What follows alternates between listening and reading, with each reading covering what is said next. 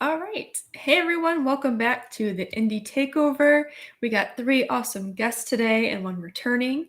I'm very grateful for all 3 of them to take time out of their day to come share their projects with you. And if you are new here to the Indie Takeover, we just focus on indie creators and what they're working on and try to get some more eyes on them. And hopefully you find something that you're interested in and you can go check those campaigns out or the projects and become a new fan of this stuff. So first today, we're going to start with CreativeWelshman. If you want to introduce yourself, let us know a little bit about you before we go into your project. Okay, hang on. I'm just sort of sending a link off to Twitter at the moment. Oh yeah, no worries. Yeah. Hang on. No worries. Virtual keyboard. I know technology can be funny sometimes. I feel like it's been like the theme this weekend for everybody I know. I know. In the worst way.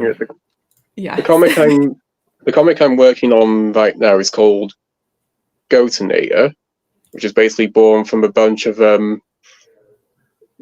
very specific memes aimed at a certain YouTuber who, for reasons, won't buy his wife a goat. I'm sure Richard knows of who I'm talking about. I see. I had no idea. I'm going to be accused of collaboration here now that I'm on this live stream. I didn't know I was walking into this. We're adding to the lore. Yeah. The basic plot is sort of the humans and the goats are at war, and the goats figure out sort of who was responsible for the war starting in the first place. And so they send a robot death goat back in time to go and kill Royce, aka a drink of crazy, and that's how the story starts. Oh my goodness! So the goats go back in time. Is that how? Yeah. Oh my gosh. Where memes go to. I do like that play on the sound. Yeah. Well, also I noticed that Twitter's done some glitching at the bottom of these images. Yeah. So this is not the full image, guys. This is technology issues. So disregard the technology issues today. It's the underlying theme. That'll be sort of cover A. I redesigned it because I wasn't happy with the original. It was badly drawn. So I sort of quickly threw this together in about an hour, and it looked sort of 100 times better. But this will be the mass print cover, and also the one for the digital PDF. This is cover C. Obviously, it's Dragon Ball inspired. Yes, it does have some Dragon Ball. You gotta have some good old DBZ references. Yes. Yeah, that may or may not have inspired a part later on in the book. Yeah. Oh, this is cover B again. Dragon Ball inspired. Might be some sort of foreshadowing for how the fight's going to go out. I like that though. It's very epic. Yeah. This is on page 2. Basically, you see the goat and Neasor coming down the corridor to join the elder goats as they're discussing their plan to deal with Royce. I like this a lot. You can see it's almost like the viewers going into the room themselves. Yeah. And also to explain the arms, he's sort of hunched up like this as he's all walking down. But of course, that's a bit hard to show in an image like that. I think he did a good job with it. Looks like he's hunched over it to me. And then it sort of cuts to this, which is sort of it's sort of set at the Iron Age barbecue, which is actually supposed to be happening later this summer. And so we got to the venue that's that the barbecue is sort of taking place at. And then we sort of have Daniel P. Riley talking to a guy with a mohawk. We have the hedge eating somebody in the toilets.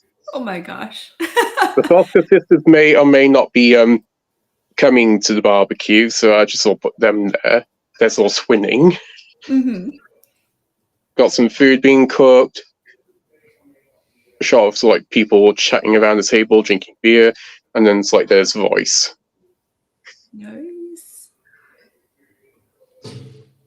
And of course, right, this is like going to be one of the art prints.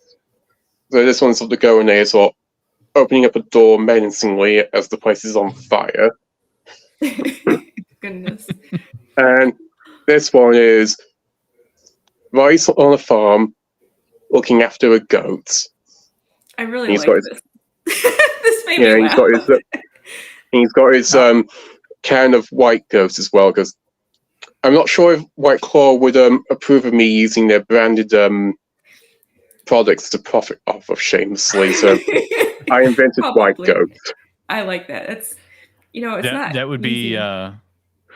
be that's definitely something that Royce would drink, I think.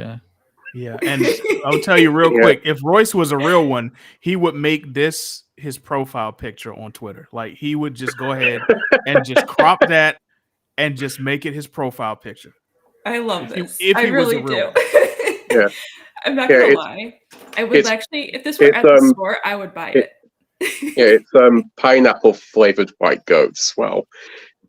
I like that. Because some people have issues with pineapple, especially on pizza. I can. We won't get into that. We might start a war. That'd be sort of World War III. Yeah. Yeah. Now, in here we sort of have a set of stickers that I made as well. I like that. I really like that. The white goat instead of White Claw. They're just I like White Claw. I'm not like a hardcore White Claw aficionado or anything like that, but this is funny. I love that. Yeah. And this here is the bookmark that I'm going to be releasing as well. Let's go with it. Awesome. Nice. Awesome. All right. I did have another art print that I was going to do. And the way it was going to be is sort of like, it's like those martial art movies where you've got the main character sort of standing by a waterfall, bouncing on one leg, sort of like doing like the deep breathing and sort of like trying to be at peace with the world and all that.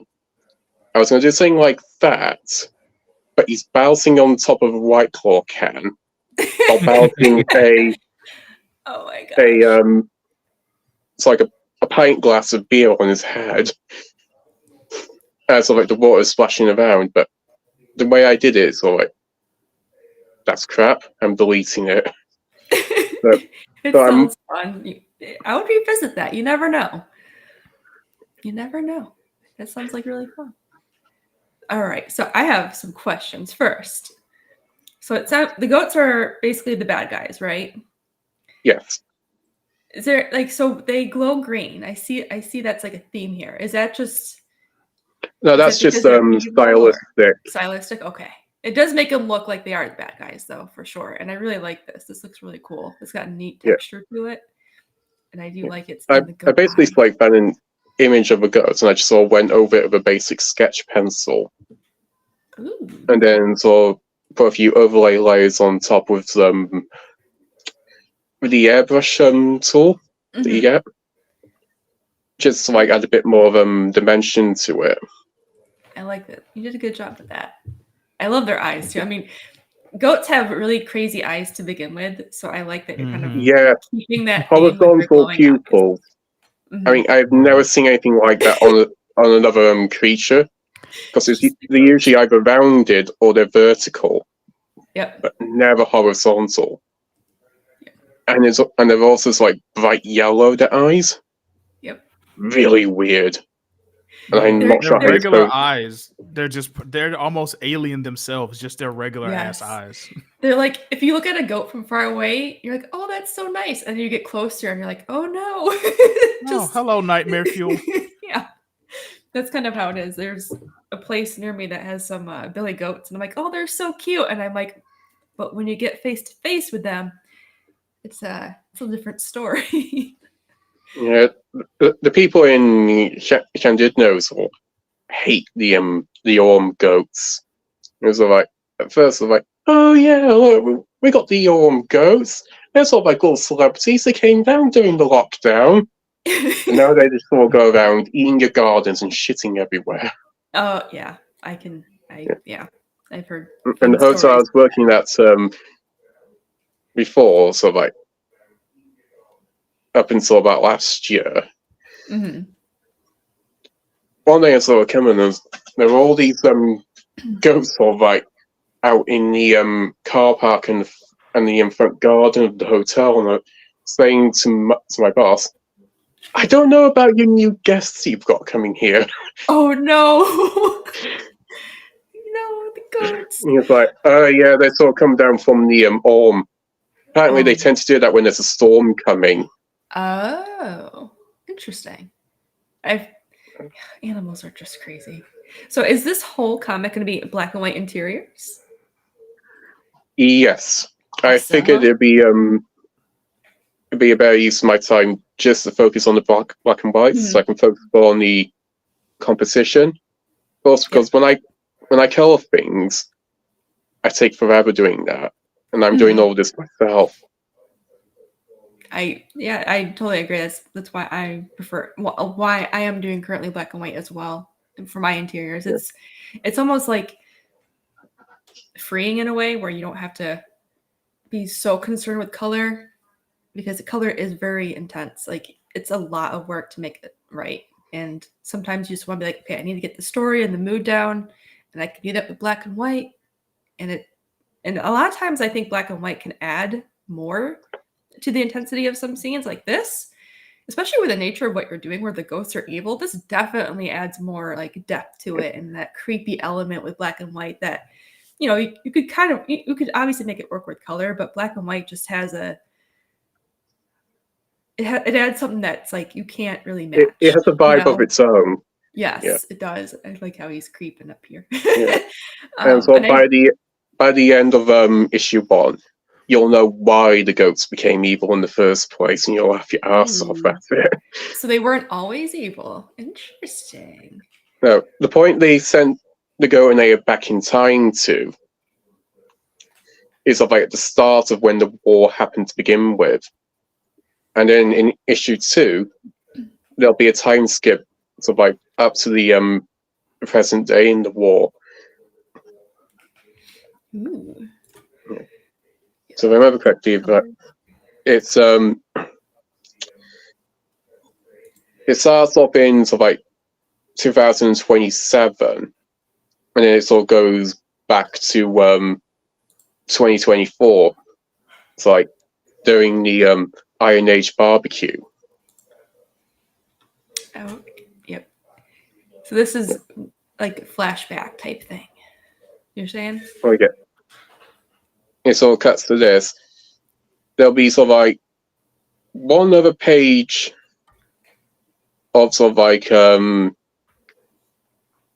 well, sort of like a 9-panel grid. It's like a bunch of other characters reacting to the goats sort of appearing, which is sort of like the joke, and they're all like, "Is that goats?" Because everyone sort of knows of the goat joke, and they're like, "Okay, who's behind this? Can we give him a medal or something?" And that's when the fight starts. Ooh. Oh man, this does look like it's a lot of fun. So, I'm like, so are you gonna like put him on a farm for most of the story, or is he just gonna be there? Like, no, that was just sort of like a joke. Just sort of for fun. like, okay. It'd be kind of funny if you Brown Boy Royce looking after the little goats. Those little goats. Such disdain. You could just sort of see him being.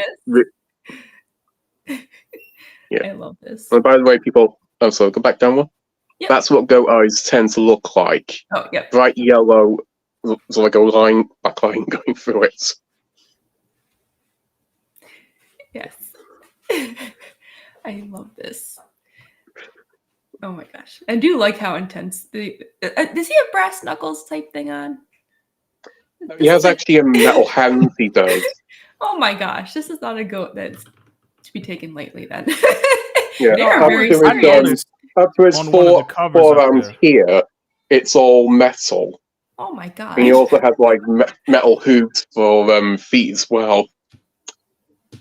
Oh my gosh. But he's the most evil of all goats. So And this also story the is one taking that, a very serious turn. and he's also the one that the elder goats have to like keep under control most of the time. But they decide to send him back in time to get rid of Voice. So we have a drink with crazy in the chat today. How do you feel seeing into your future? Basically. You're welcome, Royce. You're welcome. You've been immortalized in a comic, and I'm sure this won't be the only one. You're welcome. It's like foreshadowing of what's to come for him. I do like these covers, though. They're a lot of fun. And I do like the Dragon Ball Z homage to them. Yeah. The cover C is the one that I was most proud of. I was like, I nailed it. Yep. Yep. I do like this too. Number one. Yeah. I like, so you presented this really well with being very clear that the goats are not to be trusted just from the coloring alone for the cover and the back cover. Like, to me, this glowy green screams something's wrong. This is not normal, very creepy.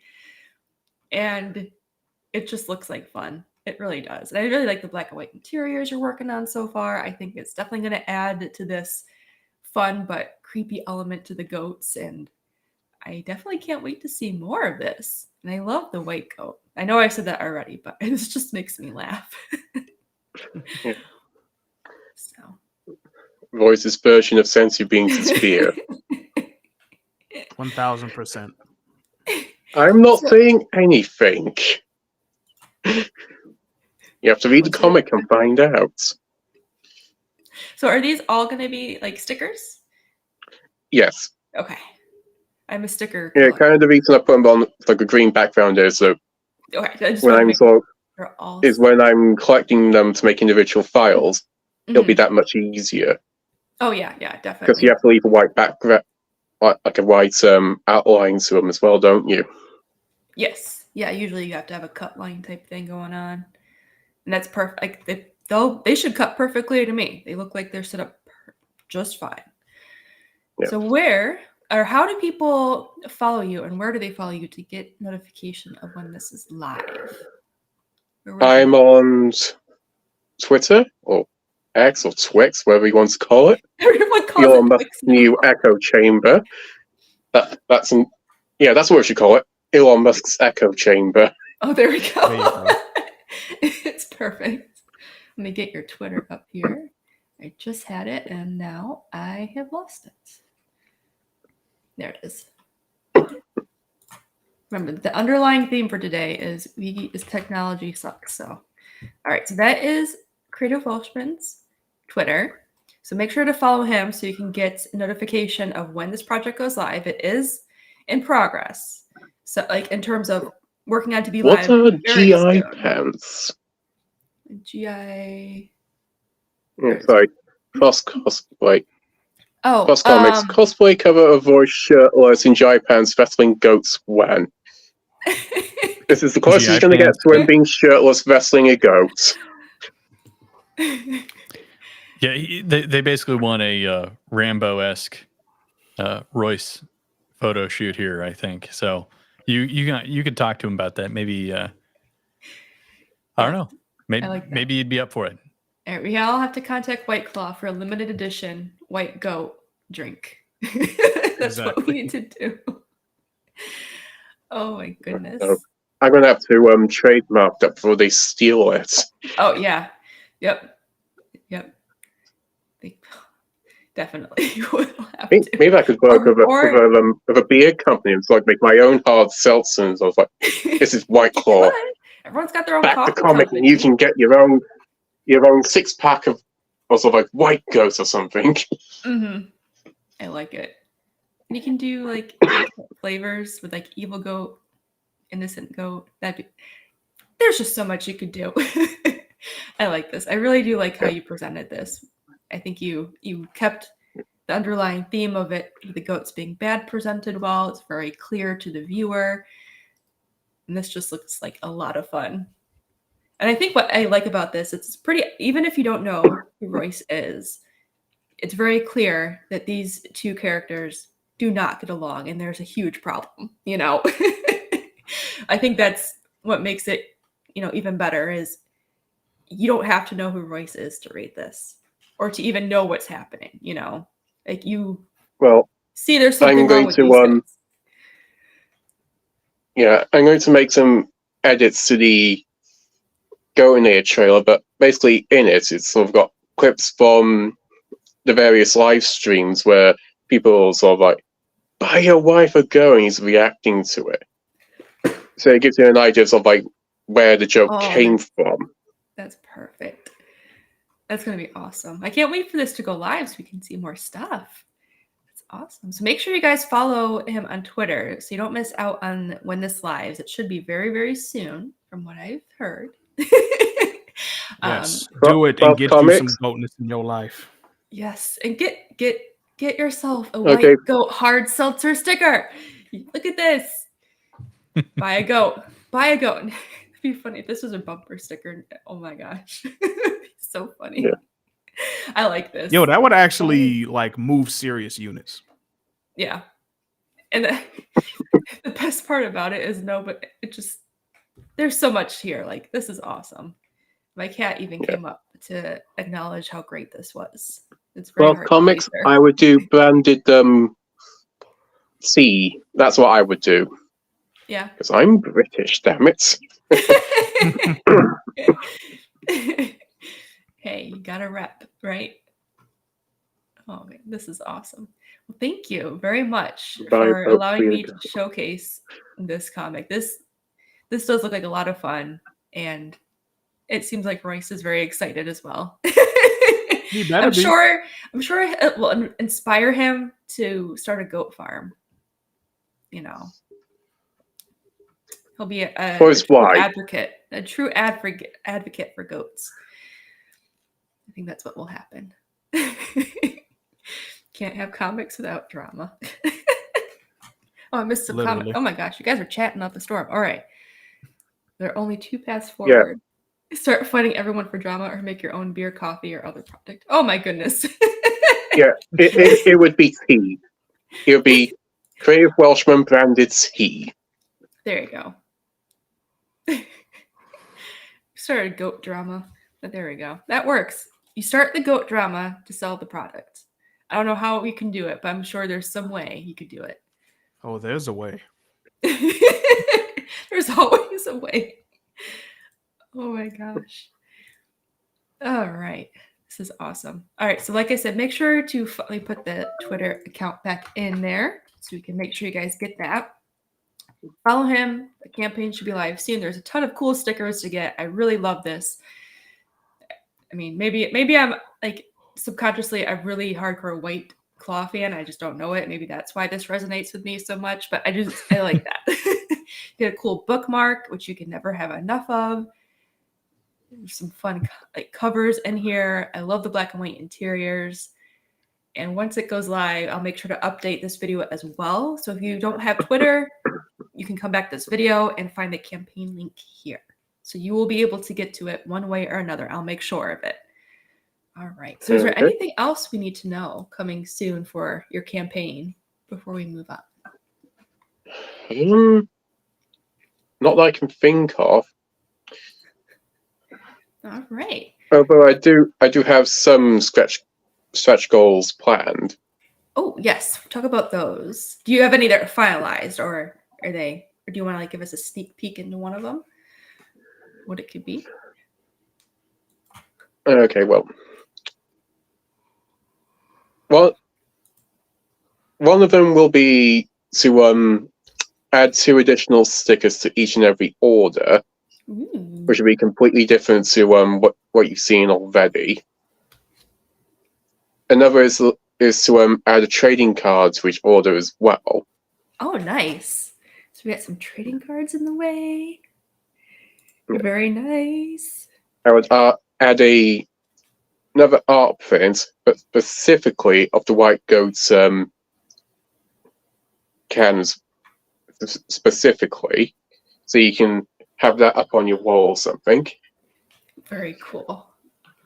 One, I still need to talk with the artist in question about this, but it's to like add a cover D, which would be a redraw of my original cover A that I didn't like very much. Now, I do have an artist in mind, but he sort of has a bit of a high commission price, which is a lot out of my price range right now. But if I did hit this particular stretch goal, I would, in theory, have the money to pay him to redraw the original cover A and add that to the campaign for people to add to their orders. Well, that'll be a good stretch goal. Oh my gosh, I can't talk either today. I'm sorry. That's always a nice stretch goal to have, is to bring another artist in or someone else like that's good. So I like that, especially when it's guest artist. All right. So now we have an idea what the stretch goals are going to be. So they do sound good. More stickers. You can never have enough stickers. I love them. I have a sticker wall. So that's awesome. I love that you have trash can. Trash can. I've seen a 3-year-old draw. Oh, let me hold on.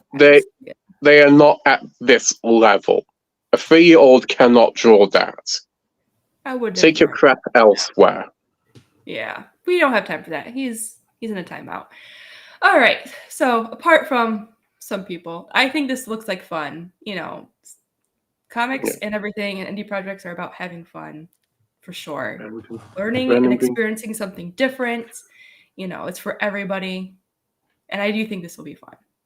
I think the real question is, has Royce committed to as a stretch goal, buying a goat? Oh, you know what I mean? Like that, I mean, that's the obvious one to me.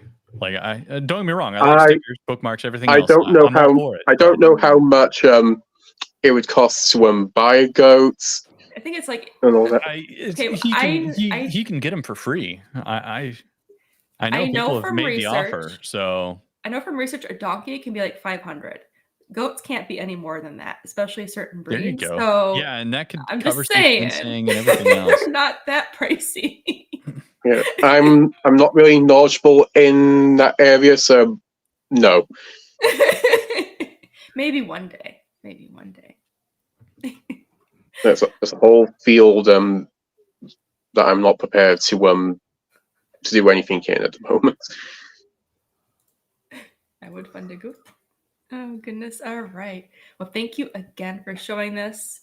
I think my chat has turned into goat puns and jokes. Like every other comment is about goats now. So I think this was clearly something fun. Devolve further into madness chat. Yes. I mean, it is a just call me insane. So, I mean, it is on par with the brand. So it's all good. So once your campaign goes live, I'm excited to see it. I'll put it in the description of the chat when it's ready, so that you guys can come back to this video and take a look at it. And follow him on Twitter so you don't miss the immediate launch. All right. Well, thank you again for sharing. I'm very excited to see this go live. How long did it take to draw the covers? Well, cover A only took me about an hour or so.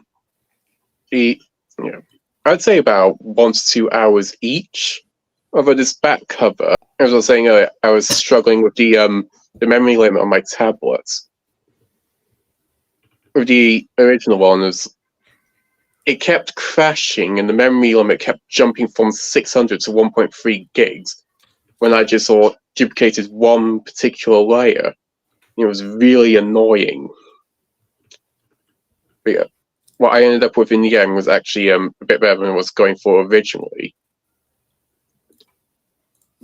But using CreativeWelshman on this Android tablet is not the most pleasant experience I've had. Hate it when it crashes. Yeah, but to answer your question, 1 to 2 hours each. And a typical page probably take me about 4 to 6 hours, I think. That's the speed I'm averaging at the moment. It's not bad. Oh my gosh. The goat comments will never end. You guys These are the goats that never end. No, they just go on and on, my friend. They started buying and not knowing what it was, and now they gonna keep buying forever just because. Okay, I'm done. So clearly it's my turn because I just got 8,000% more stupid. That's how it goes, right? There you go. All right. Do you want to show your videos first? Do you want to go over the? Let's start with the Bond of the Blade with we can show the trailers first and then we can talk about that one because that's the one that actually has the pre-launch campaign live. We can talk about that one first if that's okay. Actually, let me get your link. You have the pre-launch in here. I'm gonna put this in the chat. Let me make sure it actually copied because Excel sheets don't actually copy. All right, and I'm hitting the wrong buttons. All right, so this is Animaine's Kickstarter. I'm going to say, hold on, before I go further, we had a super chat specifically about you. All right. I aggressively support Animaine. The super chat is in retaliation for bringing on Animaine. Additional streams in Animaine will result in additional super chats. This is a threat. Yes. Shout out to my boy Jared. That's Frost Comics. He is one of the most supportive people in the Iron Age, in the indie movement, in anything you can find. So yeah, be prepared for him to just randomly start showing up to your streams and just berating you with support and memes and jokes. That is awesome. That is a testament to how excited I think people are for this. And I have been watching this. You make this for a while, and I am very excited to see this campaign go live. Like, I love her. She's just awesome. All right. Yes. We'll talk about her in a sec. I want to we can start with Bond of the Blade. Yep. Do you want the shortened promo that you sent me or the preview? Let's start with the teaser that I sent in the email, not the one I just sent, but the one I sent last night, I think. Yeah. Okay. That's the big promo. Make sure and before I do anything, I need to make sure that the sound and everything is coming through. So I'm going to mute everybody and make sure this is sharing properly. Because window, media player.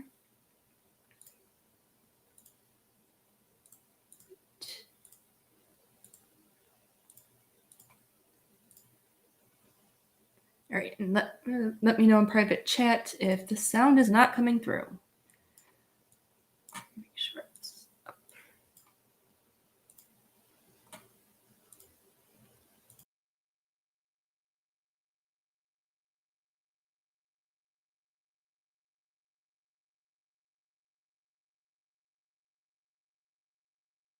Sound never goes through no matter what I do with this thing.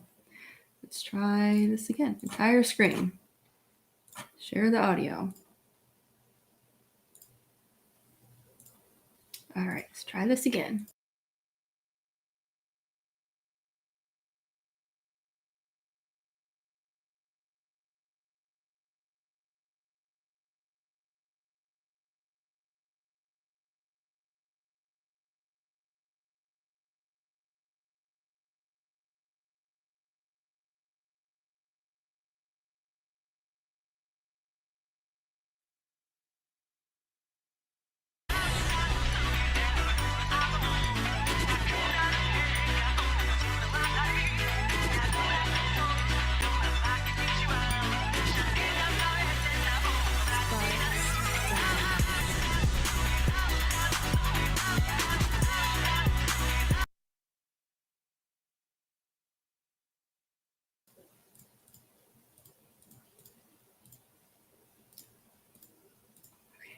Holy smokes. I like that.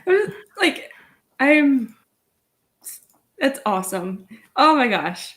I like how you have each character. First of all, it feels like an anime, and I love anime. Second, I love how we have the characters front and center, and like we're introducing them, and it just ends like this. It's a very good presentation. Yeah. Did you make this? I did. I'm getting some feedback. I can hear myself. Oh. Okay, now you should be good. Okay. All right, that took care of it. Sweet. But yeah, I did edit that myself. I actually am a video editor, freelance video editor by day, and a comic idiot by night. I mean, I do write the comics. I don't draw. I can't flex that muscle like Creative Welshman. So shout out to my man Goichi Monji, who I've been working with for 3 years, who does all the art.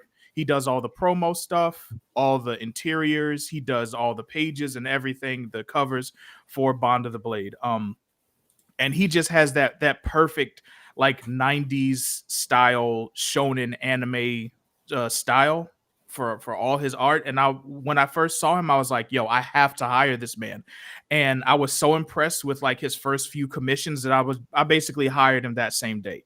Like he's so fast and also like so skilled. But yeah, we definitely had to go with that 90s anime feel. And not only the anime, but if you've ever played like old school like arcade beat 'em up games, there's also a little bit of that I borrowed. That background is actually from Streets of Rage. Because I just feel like it's that same sense of these people, these friends who are coming together to save their city from all these criminal elements. It just so happens that my people are martial artists who are empowered by a guardian angel, and they're fighting a mega gang that has demonic powers. Because of course, because comic books, and because why not? Basically. Why not? But yeah, I definitely wanted, when I made this trailer, I wanted to make something, even though it's just a little quick teaser. I'm like, hey, how can I display these guys being cool and everything quick and also help communicate a little bit of who they are? And I just said, fuck it, just go with it. And then also I want to shout out Doc Sparks. He actually made that that instrumental. That's the Rurouni Kenshin,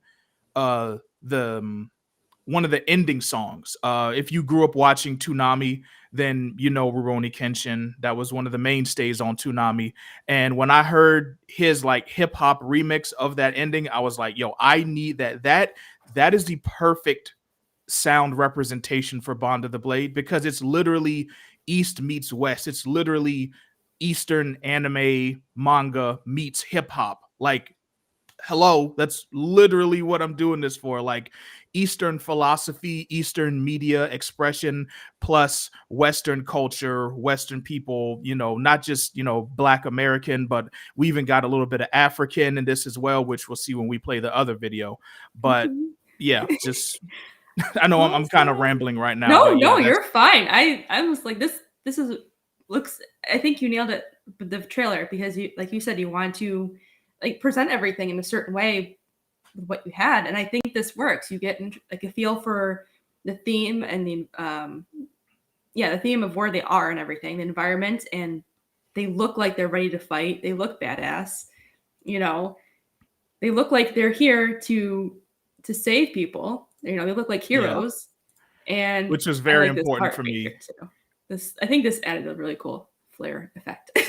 Yeah, I'm not gonna lie. I was definitely feeling myself a little bit when I made this one. I'm like, you know what? You did a good one on this one, Animaine. Yeah, definitely. You did. You can be proud. You can brag. There's nothing wrong with that. Absolutely. Oh man.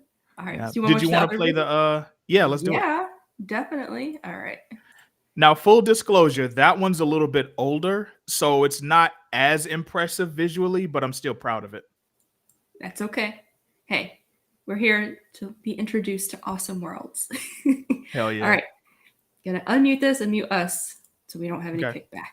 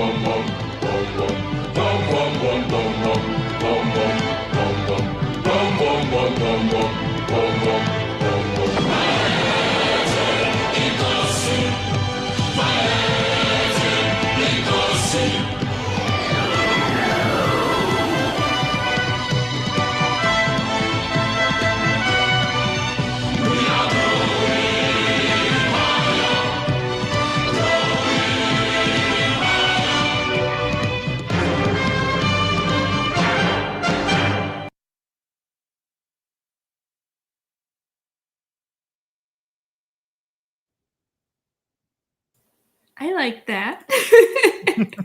I know it's a completely different vibe from the first one. Completely different. So It is, but I like it. yeah, It's I always nice can to have a different like presentation. It kind of shows you more of what's like, uh, more to it than there's just more it's more depth than to meets it. the eye. Yes. Definitely. So I can elaborate a little bit on what's going on and everything, because I'm sure if this is your first time, people who are just now meeting Bond of the Blade, this is gonna be like night and day. Like for people who've been following me for a while, they get it, but new folks, I do want to explain things a little bit. So what we're seeing here is I mentioned earlier that the heretics are empowered by a guardian angel. So we're actually meeting her. This is Ashira, and so the story behind her is she actually is several thousand years old. And even though she's like the group's guardian angel, I think of her like a mix between Jarvis and Professor X. Like she helps them in battle. Not only does she give them, not only is she the source of their powers, but she also guides them. She sort of acts as almost like a spiritual spidey sense. For them to like and we'll see this a little bit when we start going through the interiors, but she like alerts them to threats, lets them know like if there are life forms around, and almost like coaches them because they're already good martial artists, but now they're much stronger and can like have super strength, super agility, and they have powers, so they're still learning how to do all of this. But her whole story is she was like a great warrior, and this you see her with her friends here, fighting evil, participating in wars, protecting humanity and everything. And she actually died, a few hundred years ago. But when she died, she fused her spirit with the sword that the leader Shen actually uses. And the other people that we see next to her are kind of like over the years, different people who are actually all members of Terry's family. That's the Shen's real name, Terry. And she was like the family guardian angel going back like 70, 80 years until we get to Terry and his other friends who they decide they're gonna take up the sword and the masks and really dedicate energy to saving their city. That's awesome. I love her design. Yeah, I can like go really leaned into the Akira Toriyama-ness of his art style when he did her. One thing I do want to point out, if you see in some of the art, her hair changes just a little bit because she always had the locks. But when Go first started drawing her, she had like the pure like straight lines on the outside. If you go towards the end where it's like that group shot of like her like right there, so you'll see how, go back just a little bit where it's like the poster on the right. Yep. Okay, yeah, so it's very subtle changes, but all he did was he changed the way he did the outside of the lock, so it went from having the straight lines to the more crunchy lines, because I'm like, hair should have texture to it. Like it's specifically her hair, even though she's not human, she's obviously meant to, look like a black person. So like her hair should have more of a slightly like kinky texture to it. So all he did was make the lines more crunchy. And I'm like, yo, you just took her design from like 90% to 125%. I told him instantly, this is the only way you're drawing her hair now. You're not going back to the other way. Absolutely not. I see what you're saying. Yeah, it when an artist evolves like that, it's just like, don't do anything else. Just stop. Yes. Stop right there. Exactly. And he's done similar things. It's those things that don't necessarily matter in the bigger picture, but it's small details like that. And he's leveled up the way he does all of their hair, because like most of the cast is black. So the way he does their hair actually looks more like that texture that you would expect. So like big shout out to my artist for that. But I love working with him in general. It's so good. Anyone who's working on their own project, let me tell you, when you find that person or those people who like really get your vision, and you can not just have to work with as like a hired hand, but they're truly working with you almost like it's their own project, it is pure chef's kiss. Yep. They bring more to the table versus just drawing it for you. Exactly. And that's always awesome. And I love that you point out like, look what he did and he made a change, but it's amazing. You know, like Yeah, because people love their artists and definitely praise them, but sometimes I don't want to say I don't see enough of it, but I think people kind of forget, like, because you're so, like, you just naturally know, yep, they're good, but then we forget to say it, you know? Oh yeah, no, You know? I am definitely on team give them their flowers, you know, and I'm here to give Go his flowers, especially just the fact that he was willing to take that criticism because it wasn't coming from a place of this is bad. It was more like this is good. Now Yeah. I have a suggestion about how it could even be better. And he took that and learned. And like the fact that this is the first time he's drawn like a lot of black people, having a lot of female characters. Mhm. But we've been working together for so long that now he's doing it on a way where it's like, yo, some of this is better than I ever imagined it. I love that. It's so nice to be able to work with someone that is willing to like coach you through drawing characters or like different hairstyles and stuff that maybe you're not like used to doing or you just never thought about it, you know? So the fact Right. you're able to like to help him along with that and he's like, yeah, let's do it. You know, I got it. That's a really good working relationship. You know, I feel like that's not the norm where it's like, oh yeah, well, this is actually how it's done just to help you draw this better. And that's really good that you guys have that type of relationship. 100%. Do you want to hop over to the preview now? The preview pages? Sure. Which one? This one? Yes, and Okay. I do want to point out because we were talking with Welshman a little bit ago because he has his homages, and so I have to I have to point out my homage. This is actually the second cover. I just love it so much because this is actually because I mentioned earlier one of the inspirations for Bond of the Blade was like classic beat 'em up games. And so this is Mhm. actually an homage to the Double Dragon 2, the Revenge cover, Ooh. where Marion had been killed by the gang and Bill, I almost said Bimmy because I'm so old, but Billy and Jimmy, they're going out for revenge for Marion. And so she doesn't die. That's Althea. She's gonna become more relevant as the series goes on, but she's introduced in this issue later on. And I just felt like, yo, this is the perfect time to reference that. And so we don't really see her in these pages though. These pages, these is 7 pages of this introduction fight. So a little bit about the background. I did mention that they're fighting against this mega gang.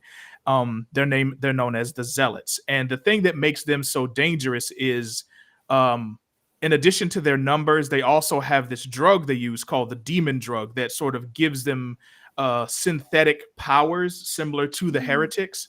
And that's part of how they control the streets. So basically what we see in here is the guy above in the red jacket, Fat Sacks, who's basically insert insert early 2000s popular rapper here. That is basically him. You know, Gotcha. 50 Gotcha. Cent, Ludacris, Fabulous, any of those guys. That's basically a caricature of them. But they're having a deal with like these mafioso guys. They're basically giving them some of the demon drug for a big payday. But because the heretics there, you know, they're on their ninja shit, they already got the drop on them. And so Mhm.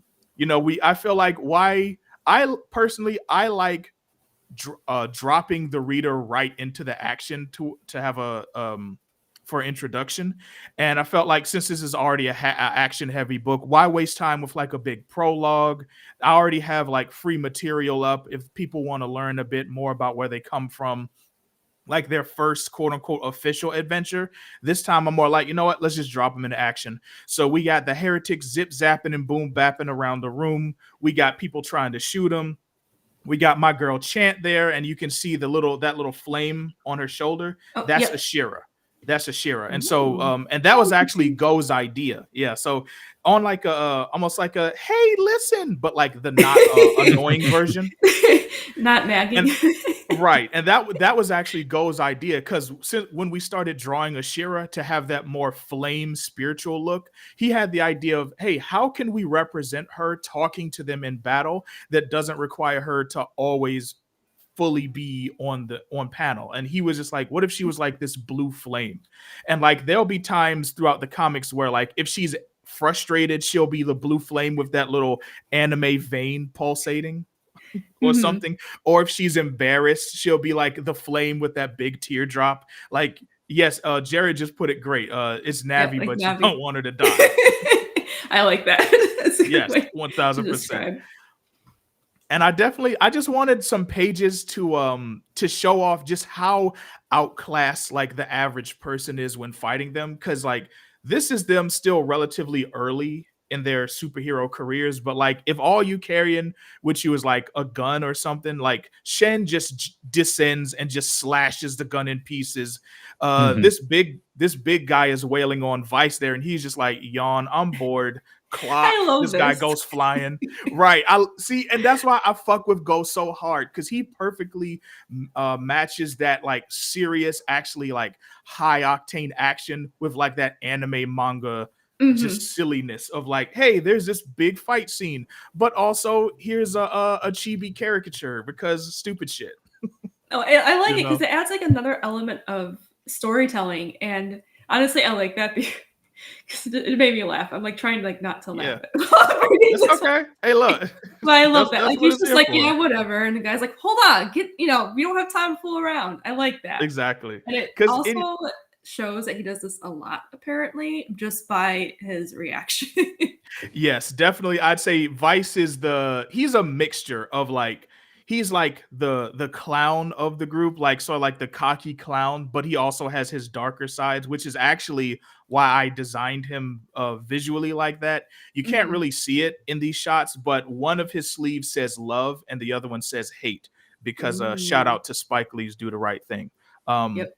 but Oh, yeah, and then you have Chant up there, the who is the not only the brains of the outfit, but she's also like the heart of the group, sort of like keeping everybody positive and everything. It's like, yeah, I'm choking this guy out with a leg lock, but that don't mean I got to be mean about it, you Yep. know. And then you got Shen, the leader, he's kind of like the He's trying he's to keep it definitely kind of together. like, yeah, right. He's like the Nightwing, almost like the Cyclops of the group, where he can be a little too serious sometimes because Mhm. he's just trying to keep everybody on the same page. You got this guy over here who's trying to have a party. You got her over here who's all happy about it, like, oh yeah, this is a light work. Because you know, the last adventure they were in, they may have almost died. So just going in here and it's just some regular villains we got to bust up. Oh yes, please let us have this.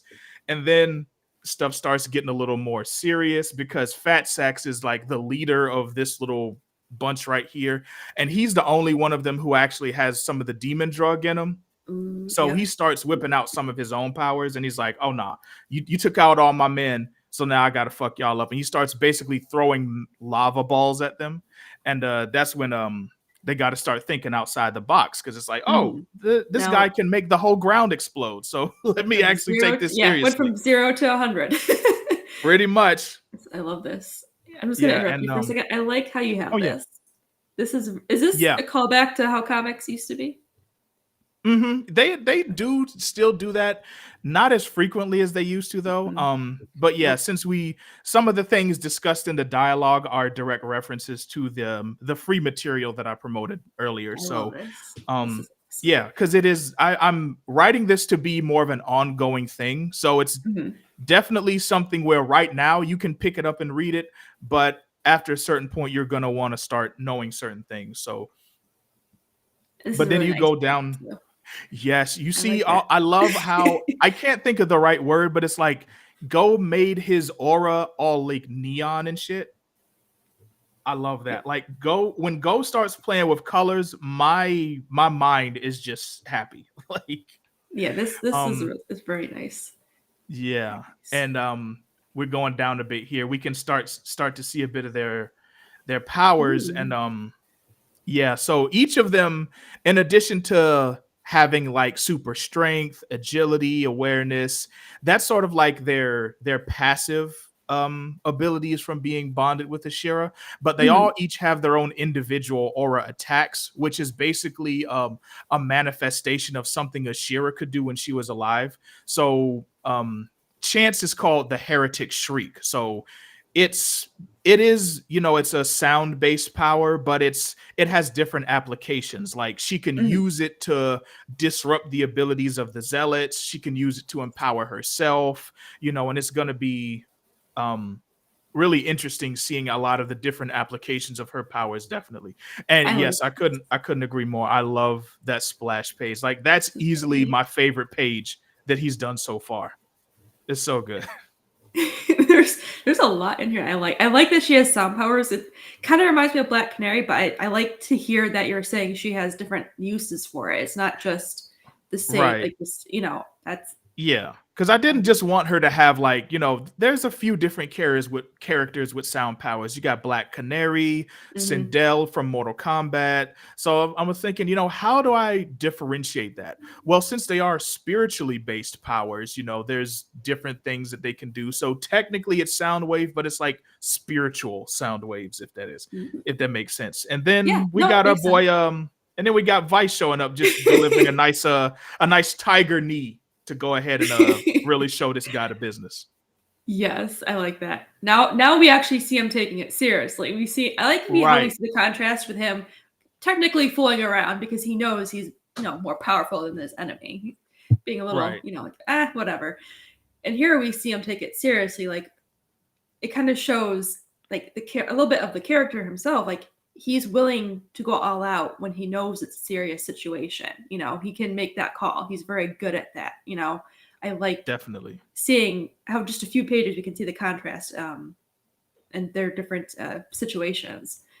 I like that. Definitely, yeah. I one of my favorite parts of writing in general is just being able to show characters personalities and like group dynamics through their actions, because I'm a firm believer in show don't tell, and that's a problem that's plagued modern media for way too long. So I'm like, okay, how can I display who these people are in what they do and how they interact with the world? So it could be anything from their banter to how they perform their moves to their body language. Like you can tell so much about them simply from just seeing that, and you essentially learn everything you need to know about these characters, like the main characters, in these first few pages. And that was basically when I knew, okay, it's time for me to go all in on this. Because if I can't tell people, if the whole issue is going to be 40 pages.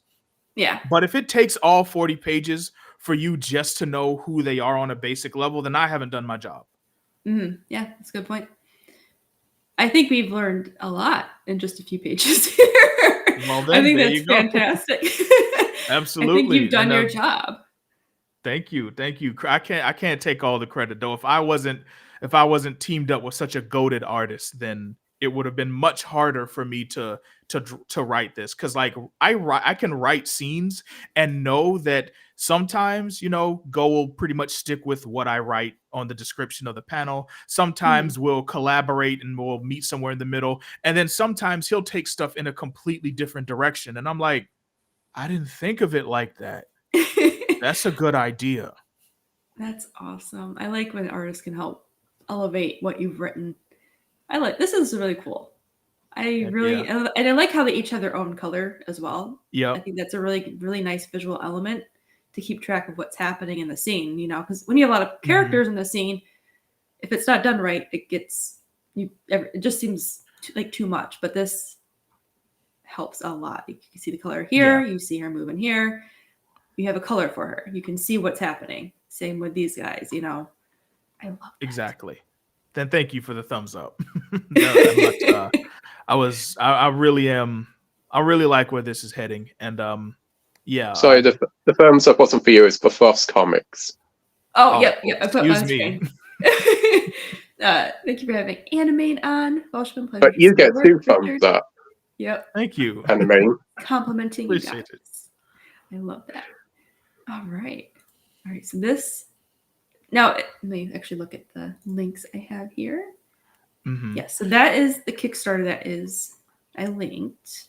Yes, the pre-launch for that is live. And if you could, if this interests you at all, everybody listening, just bookmark that. I am looking to launch most likely the earliest would probably be in May. I did want to launch in this month, but I had a couple setbacks go on in my personal life, and I want this to be like the best launch that I can make it. So rather than risk launching prematurely and it not being ready, I decided, give it a little more time. And I figured, and shout out to some of my friends, my friend Tyler Carpenter, to even my fiance who I talked to about this. And it's like, look, you only get one shot at a first impression. And if you need to take more time for yourself and for the project, then do that. The people who are truly interested, you're not going to lose them. They're not going to go away. Nope. Anyone who wouldn't back it, it don't matter if you launch today, yesterday, or next year. And the people that would be interested in it, they're still going to come check it out. So, being able to divorce myself from that anxiety of what if I don't launch today? Oh, if I launch next week, no one's going to remember. They're going to forget. Stop. Have more faith in yourself, basically. And I appreciate that slap in the face because I needed it. Yes, especially as creatives, I think we get stuck in that a lot. Like if it's not perfect, we feel like we're missing it. It's like fear of missing out, basically. And Yes. it's like, no, it's okay. Yes, FOMO. Major FOMO. I as a creator, I can totally relate to that. It's very hard to like pull yourself back and just, look at everything, look at the big picture. It's okay. Not the world ain't gonna end if you put a little bit of a delay on it. Exactly. So exactly. I think what you have going here so far, you guys should go sign up for the Kickstarter pre-launch, bookmark it, whatever you gotta do, because yes, he's been working on a lot of this stuff for so long, and I see it all the time. It's been a minute, and you've been very supportive as well. Yes, you've been very supportive as well. Yes, thank you. Yes, I definitely love the co-op work that's going on there. Yes. And it definitely feels like something I would have seen on Saturday morning about 20 or so years ago. Yeah, it has a this definitely it pulls you in. It really does. I like that feel, that feeling of something familiar yet something new, basically, is what I was going for. You nailed it, I think. Thank you. Now, I don't want to take up too much more time because we still got a boy Richard to get to, but I do want to real quick talk a bit about the Spider Circle, which is my other baby. That one. This forever. Yes, this one. I say I have some of my audience members are here for both, but then there are others who are here for different ones, and I can tell you, Catherine Scarlett, the main character there of the Spider Circle, this cutie with the pigtails, she is making waves. She's easily my most popular character ever. She is this close to being like, sometimes I think of her as almost like the flagship of my entire comic book line, because like she's just so fun to write, so fun to have drawn. Shout out to Rosalind Summers, who works on this book. Yes, thank you, Mr. X. We do need both in our lives. Weirdly enough, Go Ichimonji actually started out, the first thing he ever drew was Catherine. He drew her, and he drew another character, Endora, who's from the Spider Circle, and it was those commissions that made me want to hire him. But the more he drew and the more I wrote the Spider Circle, I was like, Spider Circle is more Western urban fantasy adventure. I think I want an art style that's a bit different. So that led me to Rosalind. And then kind of like how I did with Go, she did her own versions of their concept art. And I was like, oh my God. And yet again, it was another change with the damn hair. Go drew her hair straight. So she's always had pigtails, but Go drew her hair more big and like wavy straight. And then when Rosalind did it, I was like, you know what? Since I'm switching artists, let's switch the hair just a little bit. And she made it. She gave her the curls, and I was like, yep. I like the curls. I like it. I love the big poofy pigtails. I think I like characters with pigtails to begin with. So, I mean, you sold me on her design pretty easy. But every time I've seen her, she's always had a really good personality. And I think because they're more curly, it does help like her stand out. Like apart from like the typical pigtails that are like wavy or the you know, I like it. Yeah, I think it was definitely. a good change. Couldn't agree more, because definitely given her those curlier pigtails, took her design to like instantly iconic, and to the Mhm. point where, you know, that test they say where like if you can look at a character's silhouette and still know it's them, then that's how you know it's on Yes. point. And then I Yep. did that with her. I'm like, yep, Yep. she has it. Yep. So, a little bit about the spider circle for something completely different. Less weeb, more fantasy slut. Still a little bit of weebishness though, because we'll see it in a little bit down how Rosalind also does the thing where sometimes a character is yelling, and you'll see like that expression, like with Cat like stomping the ground and everything. Yep. That to me, that's just so. I love Rosalind's style because it's like cartoony realism. Because like Yes. her facial expressions are like mega detailed, and like the attention to detail she gives to the hair and everything is so good. But then And also sometimes the character's face just becomes stick figure, and then swish, you know, got to show off them Mhm. pigtails, you I know. like it though. I think it But works. thank you. But yeah, basically the spider circle, like I said, it's a urban. I like to call it a urban fantasy adventure, and it takes place in like this alt Earth in the 1960s, where there's like a lot of what do you call them? Anachronisms, where like things are out of time. Mhm. So yeah.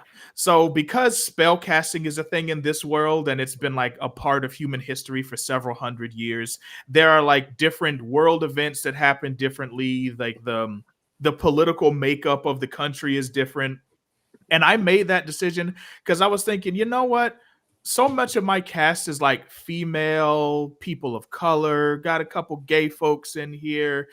I really love like the 1960s, like different subcultures and aesthetics, but it'd be kind of pesky if I put it in the 1960s and all this going on. So I just placed it on the earth where they don't worry about that shit anymore. Any of Yeah. that was an issue has like been solved for decades, if not centuries. Now that they got plenty of other things to talk about, like, you know, wanting to be a spellcaster. And basically in this world, being a spellcaster is like its own distinction within society. Like there are some parts of the world that don't allow it at all. And where they live, Arclight City is like the designated city state within the United States where spellcasting is a regular like occurrence. And so basically Kat and her friends, they're attending this university, Covenant Casting University, and they're basically training to be casters. You know, Harry Potter has its school. You got to have a Mhm. school in all Yes, you this gotta learn how to fantasy use things. your You got to have powers. school. Exactly. So they're at Magic University, which is weird because they don't like to call it magic for reasons that I won't get into here because it's not entirely relevant. They just refer to it as like casting or spell casting. But Catherine, you see there, you know, you have her like bitter rival Eve, the blonde in the pink, who's just premium cuts of cunt, giving us the snooty rich girl oh ho ho ho laugh.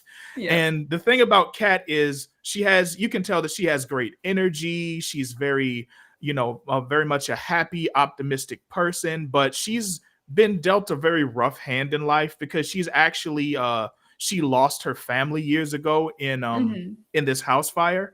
And so she basically got lied on. There's always these rumors surrounding because she was the only known survivor that there was Oh. some type of curse that killed her family, and now the curse is in her. And so for several years she was like ostracized by society.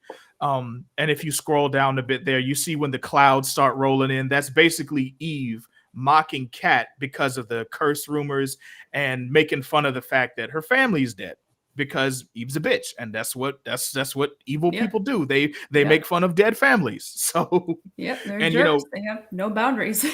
yeah, and Just so like a Cat prized pig. Yeah. prized pig exactly. And Cat's usually very, you know, relatively good at rolling with the punches and playing the dozens, but Eve's been like her worst enemy for years, so she knows how to get under her skin. And so Ah. she's she really is like that really snooty person who loves like fucking with people psychologically. And she's like, you know what? I don't have to physically beat you. I know all the buttons to push. And so the first issue of the Spider Circle is gonna be basically coming off the back of this confrontation where there eventually a couple other things are gonna happen where eventually they're gonna be like, okay, we need to settle this and we need to go just duke it out with our spell casting. And so Kat is basically going to be in a position where because she doesn't know how to counter Eve's specific casting, which is lightning, she's in like a pretty fucked up position. So if you saw earlier, she was absorbing the other girl, Kenny. Yeah, that's the lightning. But go back to the first page. First page. Because I noticed I actually didn't explain their powers. Yeah, right there. So Kat's spell casting is called yeah, it's called I call it controversion casting. So usually people in the Spider Circle world, they have like some people have like 2 elements that they control, whether it's fire, ice, lightning, light, and a whole lot of other different more interesting niche sort of spell casting styles. And Kat's is specifically, weirdly enough, it's if you've ever played Mega Man, how like you beat a boss and then you get the boss's powers. It's kind of like that, where if she understands and has studied a certain spellcasting art, she'll be able to absorb it. So at the start of the book, she already knows fire. So that's basically Kat and Kenny training for her to like use fire spells that she absorbs in different ways. That's why she shoots out the 3 fireballs from the one that Kenny shot at her. So she's got a really flexible power. She's, you know, almost like a jack of all trades in a way. Exactly. But the catch is it has to be something that she understands. So she can't just absorb anyone else's casting. Like she had to study for years to be able to absorb fire. And that's one of the other things that people are making fun of her for, because she's a junior. She's a junior in college. And usually by now, people are at least like pretty okay in their respective art, and she just now is starting to be able to absorb anything. So it's like, oh, she's dumb, she can't learn anything. And I got that actually from a lot of shonen protagonists like Naruto, Yusuke from Yu Yu Hakusho. They usually start off very weak or very much on the back foot, and like no one believes in them. So I figured, you know what, why don't I give that struggle to Kat? Where, you know, for different reasons, she's not as far along in her studies as everyone else, and people would realistically use that against her, like curse or no curse, you know. And so since Eve is a lightning caster and she don't know jack about lightning yet, she's basically put herself in this position where she could go and be like utterly humiliated in front of the whole city fighting her greatest rival. So that'll be a lot of the conflict for issue 1.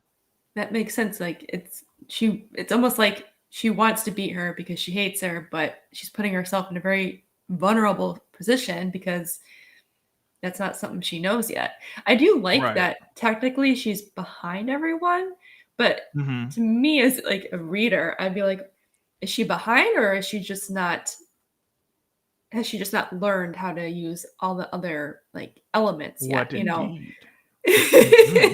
Yeah, because it could definitely be a huge strength to know basics at least of a ton of elements and being able to master more than 2, you know.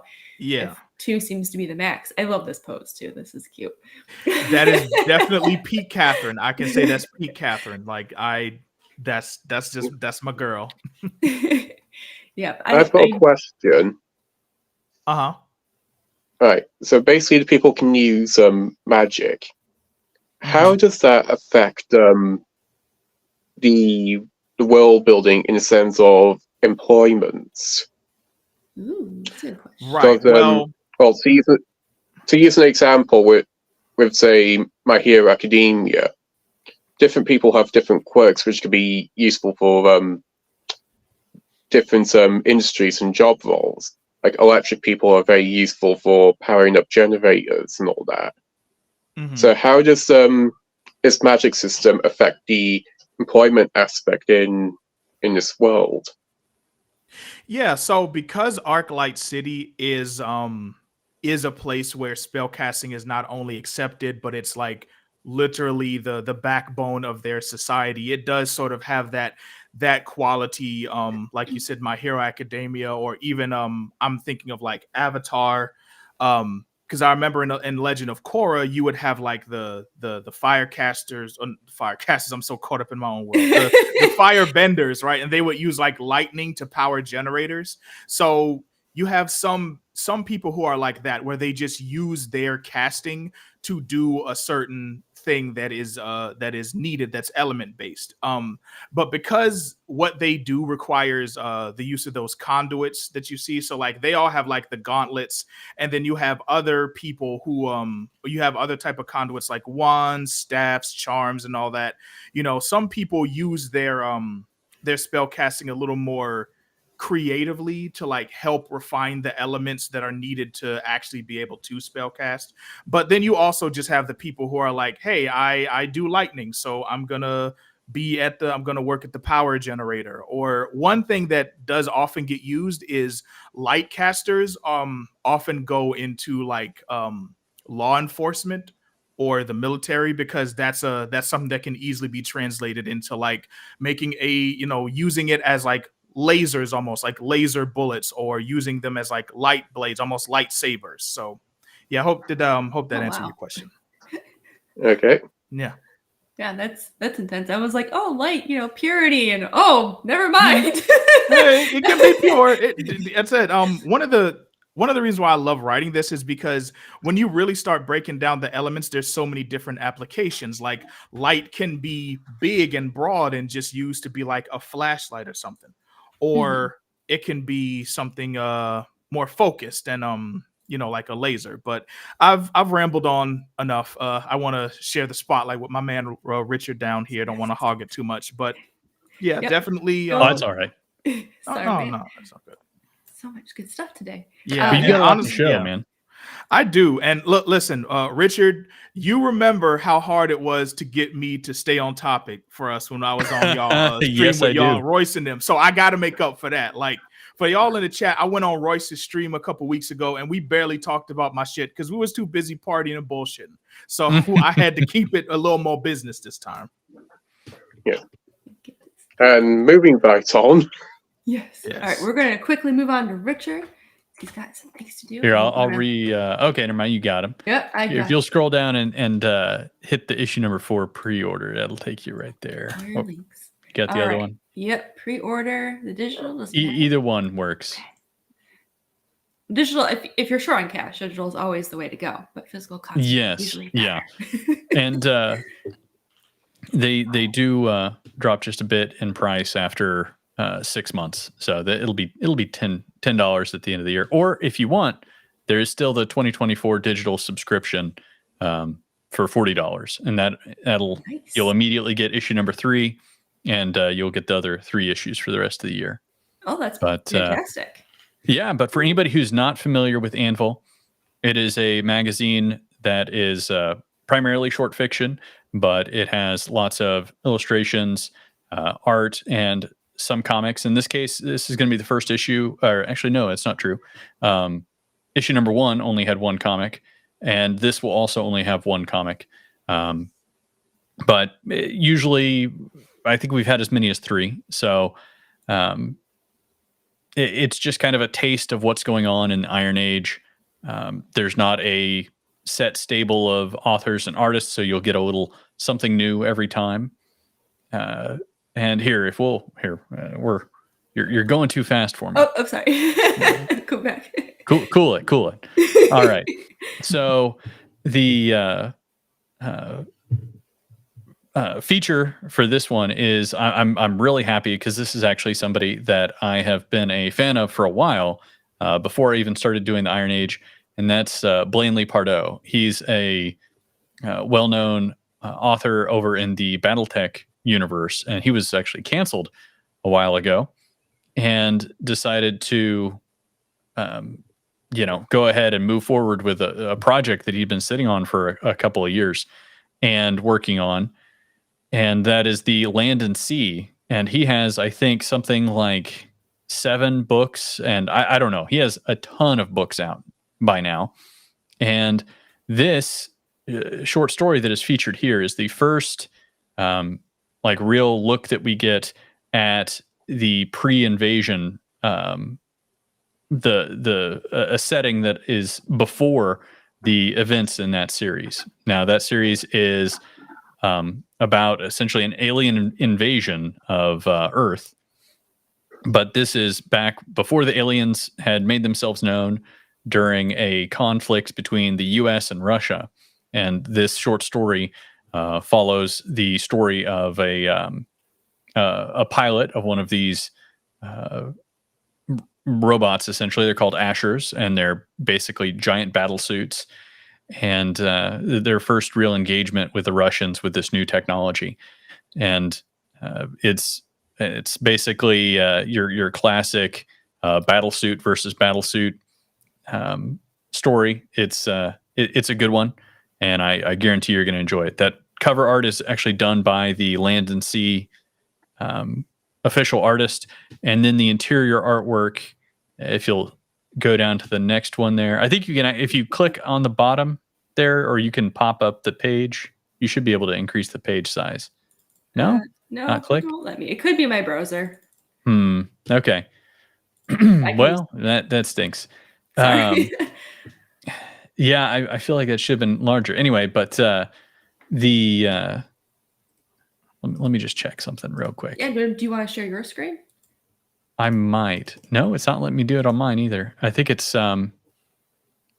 well, at any rate, the Coldest War, that is the interior artwork is going to be done by Natan Melendez, and he's done work for me elsewhere, but he is a true blue mech artist, and so I'm really looking forward to everything else that he's going to be doing there, and you guys are gonna love what he puts on the page there. That looks awesome. I remember you brought this up last time you were on, and this looks really cool.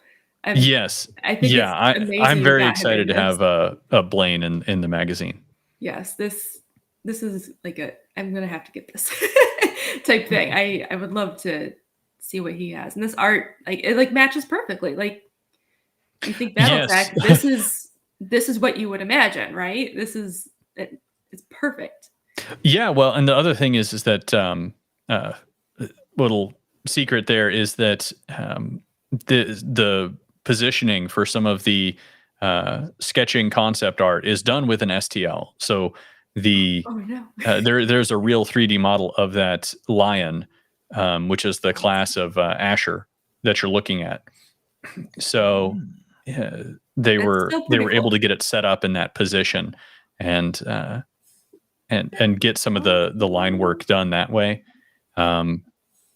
They use it very well, I think. I was going to say they're also working on the it has nothing to do with Anvil, but they're working on the tabletop game right now, and I think that you're able to actually order a 3D model of the lion right now. I have one, but it's not. I haven't glued it together or painted it or anything yet. So that's awesome. I love that.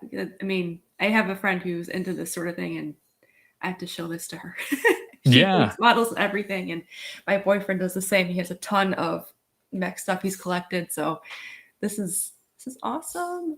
I'm really excited that this number 4 is here. And it's a lot of short stories and a ton of indie creators. So if you like anthologies like that, I personally love anthologies. I used to buy a ton of them, because you get a different taste of everyone's creative approach to a situation or a story or a theme, and really nice. Yeah, and typically the anthologies, most anthologies sell by having 1 or 2 big name authors, and then everybody comes for them, and then if you're lucky, they'll read something else in the anthology. So it's very good for networking in that way. But with magazines like Weird Tales or Heavy Metal, which not to say that Anvil is comparable to those prestigious titles, but the goal is to really have a magazine brand, and that for Anvil is the entryway into the Iron Age, which is this new era of more basically non-woke quality over ideology indies. And if you want to know what the latest and greatest is, you can pop this open and get a like something. You'll definitely enjoy some stuff in the magazine. There's probably going to be a story or two that maybe just doesn't hit with you, because I intentionally I go out of my way to find a broad variety of stories. Some things have happy endings, some things don't. It's we have everything from this, which is definitely more on the military sci-fi side of things with mech combat. And if we want to go on to the next one, I'll talk a little bit about Night of the Cold Hunger. We've got two stories with cold in the title here. Definitely should have been a winter release. I think maybe I'm gonna have to have like some kind of a Christmas in July or something. I don't know. We'll have to do some kind of marketing workshop there. But this is another, on the opposite end of the spectrum here. We have kind of this is definitely sword and sorcery. It's very, I would say there's also some D&D-esque elements to it, but we have a paladin, a pair of paladins essentially, and the dragon there being one of them, Sharita and Torshen, and they are returning figures from the first issue of Anvil.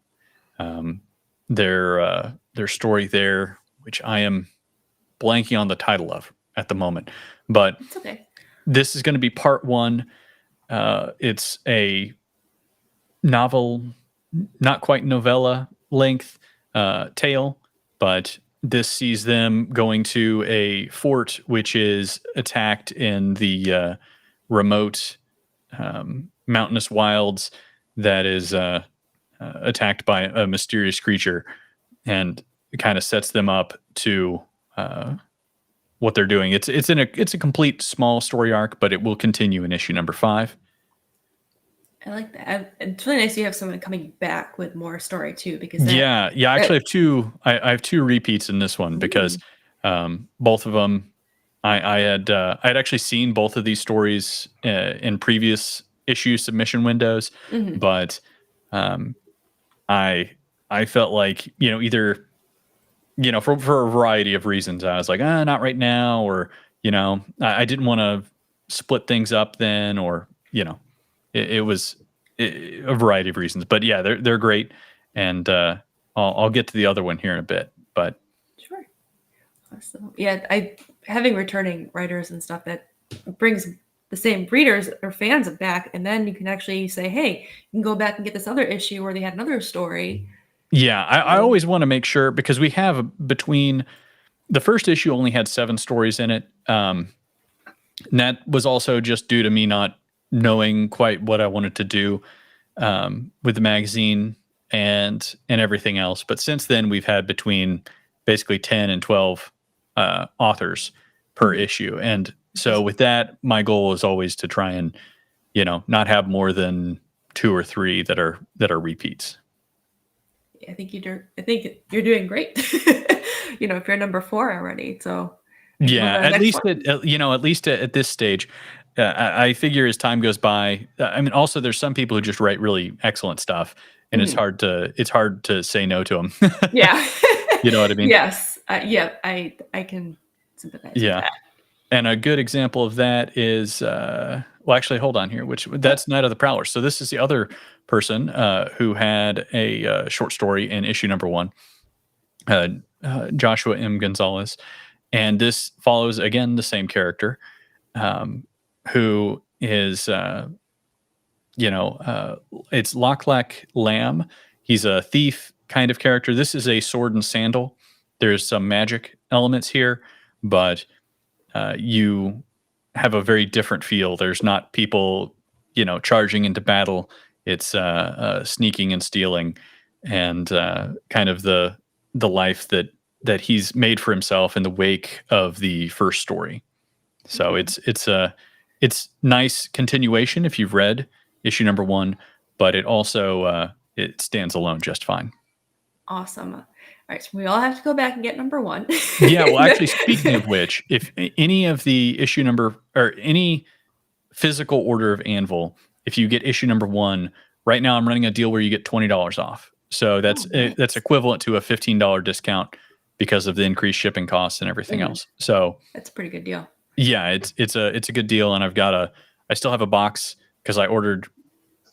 Basically, it was going to cost me the same money to order the exact number that I needed if I just ordered 1,000. So I got 1,000 of issue number 1. So I got a couple extra laying around, and I went. You know what? I should go ahead and get these out. And with Ghost of the Badlands finally coming out, I figured it was as good a reason as any to mark it down. Yes. All right. Okay, to move on to the next one. Yes. Okay. Yes. Oh, this is a strange duck. This is Homefront from Jamie F. Torkelson, who is a returning author, but with a totally new character. I'm blanking on her name at this instant. I'm trying to look and see if it says in here. But this essentially, the setting is a 1950s housewife who has just taking care of her home and her family, and she may also have an additional job that she does in the evenings and in those in-between hours, protecting her neighborhood from extraterrestrial activity that may be creeping in. So this is an art piece that I commissioned from Delta Magna, who I don't know if any of you guys are familiar with her, but she's very popular over in the gun world, and I think she did an excellent job. I think this says everything about the story. You got the classic housewife theme, and then you're like, oh, wait a second.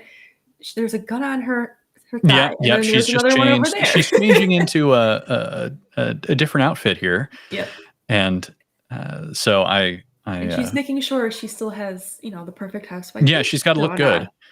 Yep. So, I like that. This is the grenade bandolier back there. This is subtle, but I think that matches. What and we're gonna have one of our morale posters, which from issue number 3. Here we go. That way. That was from issue number 3, but we'll be releasing a morale poster with this because I like this too much. Currently, the designer for Anvil, Jake Calta, is playing around with some fonts and styles there. But awesome. We're going to drop that whenever we drop the trailer, which will be later this month. Cool. I'll keep an eye out for that. All right, the next one, the Helm. The Helm. All right. So this is a first for me and for Anvil, and that is an original piece with the Iron Age IP in mind. The Helm is inspired by the Iron Age Media logo, actually. And although this is black and white, we have decided to go ahead and go with a colorist. So this is drawn by Ken B, and the story is from TJ Marquis.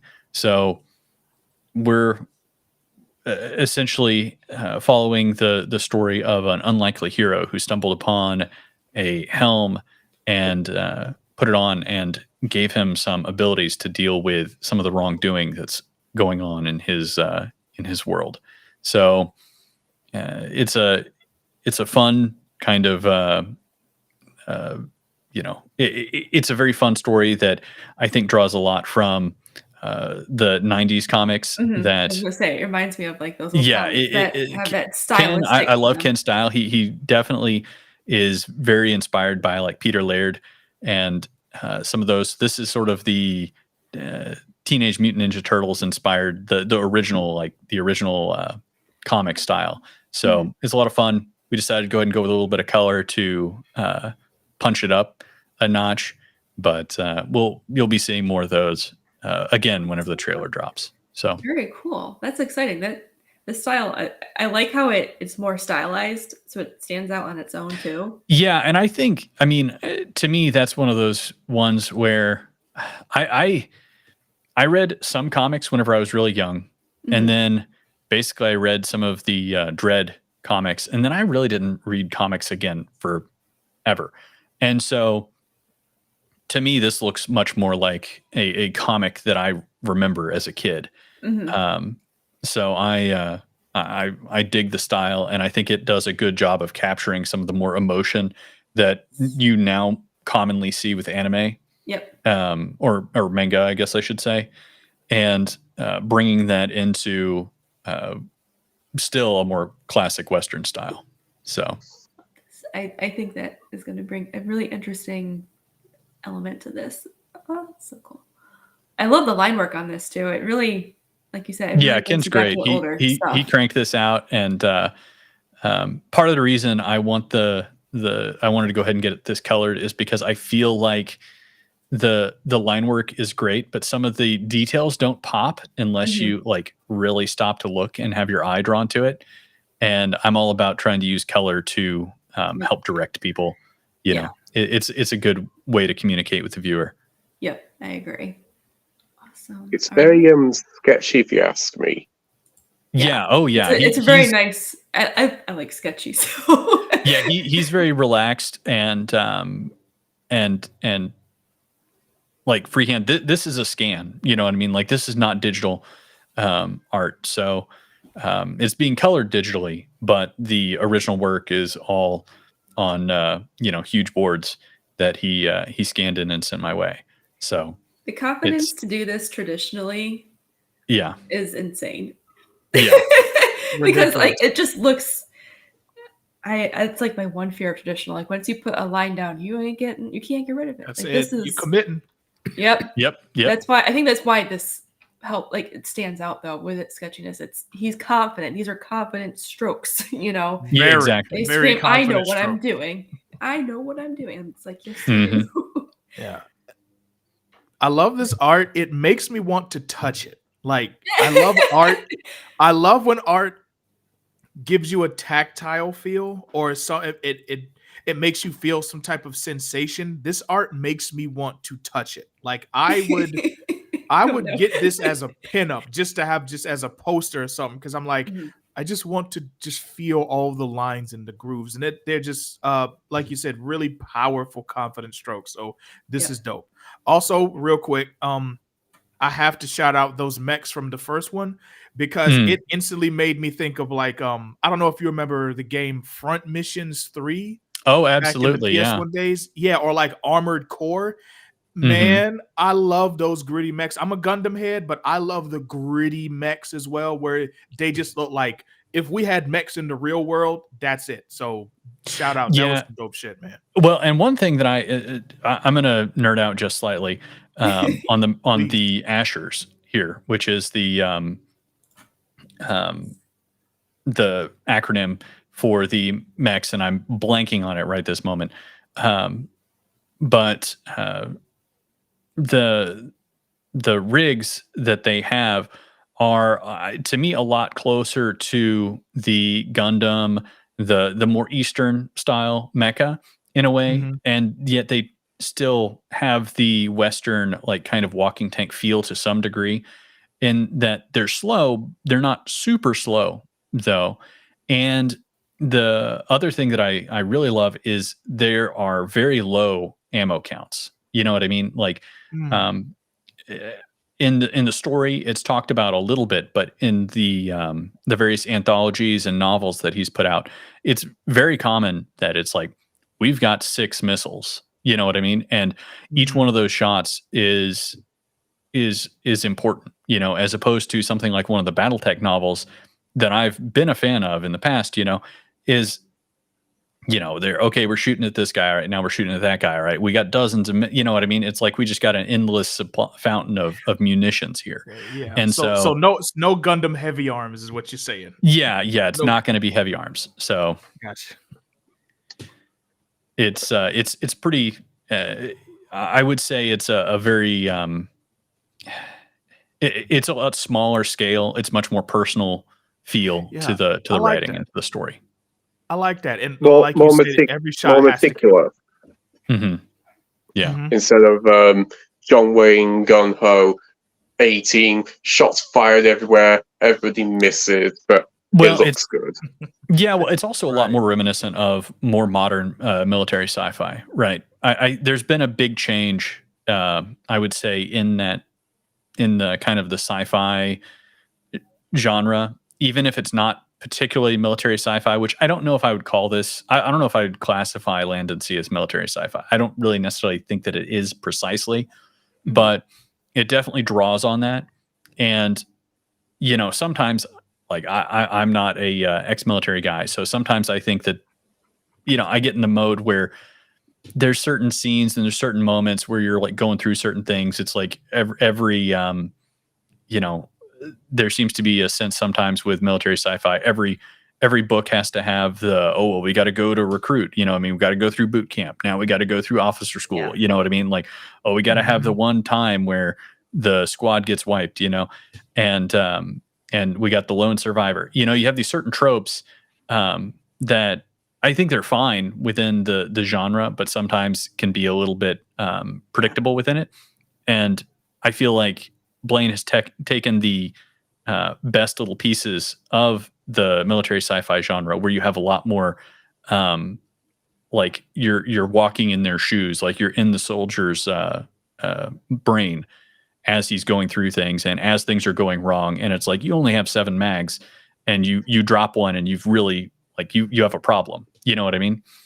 Mm-hmm. And so those kinds of details that can add pressure and increase tension without, kind of taking every single thing from the genre. Yep, because if you run out of ammo, you're screwed. That's a pretty scary thing. Like when you're in the middle of a war zone, you realize Yeah, absolutely. I think that's definitely something interesting to point out, because that's a level of intensity and shit that like you said, I don't think I've ever seen that done well. It's like you said, it's usually about losing your growth Well, and everything else. And that's the thing. I think I can think of crud. I'm trying to think offhand of who would be a good example. Recently, I was reading some of I think Rick Partlow, like Dropship Trooper or like Drop Trooper. I don't know what it is, but Lord knows Rick Partlow sells enough books without me having to recommend him exactly. You'll find him. But I would say that he's an example of some of these things done well, where you're in the soldier's shoes. I would say, if you want to read a military sci-fi, modern military sci-fi take on Starship Troopers, that would be it. And they do have a lot of those kinds of like good little details and things in there. But yeah, but back to the thing I'm trying to sell you yes. guys on. Sorry. And I do have to go like here in mere moments. But if you'll, I'm also, yes, it's also over on Indiegogo. There are still a whole roster of additional stories that you can read about with some additional blurbs. There is one story that's going to be illustrated that does not have a piece of artwork up yet, but it's being done by Marcos Rios, who did the cover for issue number 3, and that is the dreaded Song of Clow, and that is a definitely think your Conan-esque figure in a Roman Colosseum sort of setting, with a lot of interesting and fun outcomes from where that leads.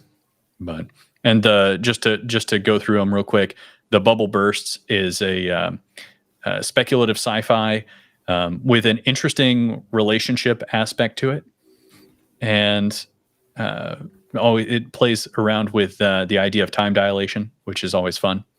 Black Box by Sean C.W. Korsgaard is a sci-fi tale of basically 2 old soldiers in a bar talking the other into one last job, essentially, and they discover a lot more than they bargained for. Market of the Double Call is I would call it a classic little fantasy tale of an apprentice who needs to go and save her face her fears and save her mentor. Mm-hmm. Throat Swallowed Down is about a journalist who can't leave well enough alone, and goes out to find out what happened to a mysterious town. It's kind of urban fantasy, I would say. And then Big Man-Eater Owl is a piece of Weird West fiction that I enjoyed. So it's two brothers essentially are transporting their prize across the wilds and run into some trouble. And then we also have the Iron Age media prompts, which essentially every Wednesday I put out image prompts, and people submit short stories to them. I post it on the website, and they are able to basically get voted on at the end of the month. Sometimes I pick the ones that have been successful. Sometimes I just pick the ones that I want. Oftentimes they are used to kind of fill in spots in the magazine. And we have Win in Boston, which is another piece of urban fantasy, essentially, and The Infinite Forest, which is speculative sci-fi. So it's a lot of fun. I recommend. I think all of these are excellent, and it's a great sampling of what's out there within the Iron Age. Yes, I was trying not to interrupt you so you can get through it all, but Yeah, I love sorry, that there's. No, you're I'm fine. like, go. No, you're fine. I just love the variety of this because a lot of these are like right up my alley, and some of them I'm like, I don't know if it is up my alley, but it sounds interesting and I want to give it a shot. Like, I think that's what's great about what you're doing is you're giving people something they may like automatically, and then you're also introducing new genres to them that they may not have thought of reading before, but it's all in one book and magazine and everything, so they can just try it out right then and there and not have to worry about like losing out on something. I like that.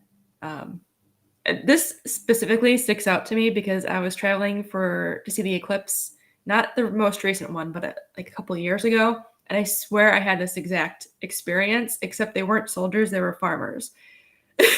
And it is, now I'm just going to imagine them rewriting the history of the cosmos. Because Yes. So this is about them. That's how I'm going to go read that. But yeah, this is fantastic as always. The catch-up tier, which is fantastic. Yeah, Very so that is that's only available on Indiegogo. You can get the physical subscriptions for all of 2024 on anvilmagazine.com. And you'll get extras there. You'll get stickers and posters and other things like that with it. But if you just want the magazines, and then the issue number 1 and 2 digital version, that's right there. And so that's all of 2024. Perfect. It's I made that because some of the folks who are coming to it haven't, they're not familiar with it. I don't usually, I'm not pushing the Indiegogo campaign too hard. You know what I mean? Because I'm just, I gotcha. I get less money over there. Yeah, I know what you mean. But some people just want to keep going to Indiegogo, so I have it there for them. And if there's anybody new who doesn't want to use the website, you can get everything there, and that's the best value that you can get for getting all the issues and everything. Awesome. So. That's good. I think you got your bases covered for reaching out to everybody. Yep. That's awesome. All right. So if you are an Indiegogo person, you can grab everything here. If you don't care, just go to the website. Save some fees for Richard. Yeah, and if you're international and you want a subscription, you can reach out to me, because the subscription prices don't include, they are calculated to include shipping domestic. And if you want international, then I don't offer that out of the box because it varies so widely depending on where you are. Yes, it does. Shipping is international shipping is just it's a nightmare. It's a beast. Yeah. Oh my God. It is a beast. I'm just gonna go to your subscriptions. You can see them.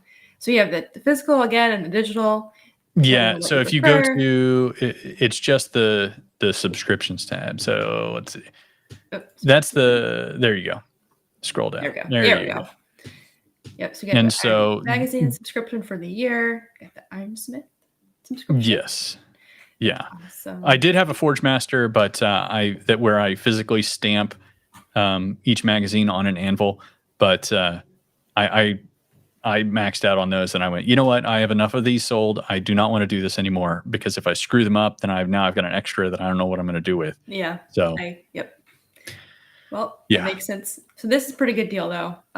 Definitely check these out. Make sure if you're not going to do a subscription, get the books at least.